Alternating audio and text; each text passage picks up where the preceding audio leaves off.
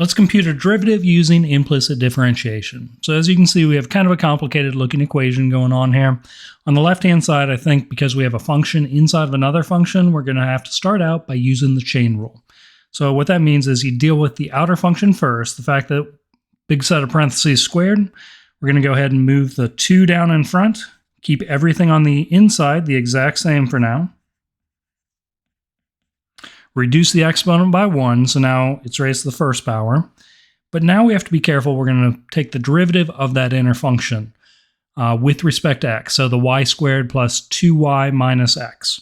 So the derivative of y squared is going to be 2y raised to the first power using the power rule.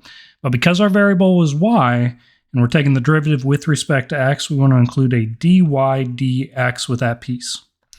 Moving on to the derivative of 2y, that derivative is just going to be 2, nice linear.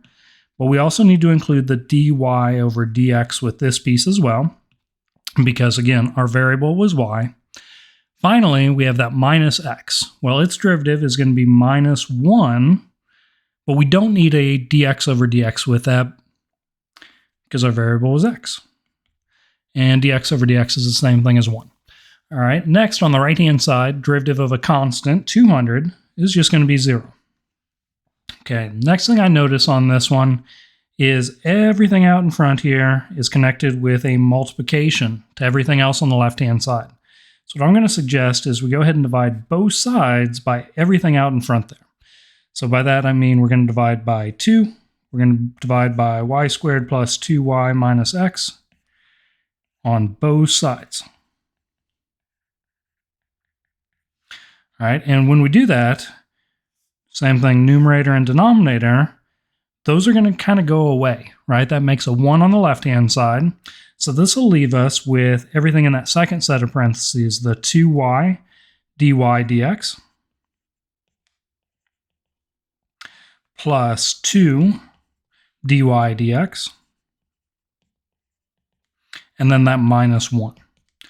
But on the right-hand side, because we have 0 divided by something else, well, 0 divided by something else is going to give us a big fat 0 on the right-hand side. From here, it's not going to be too bad to go ahead and isolate the dy dx.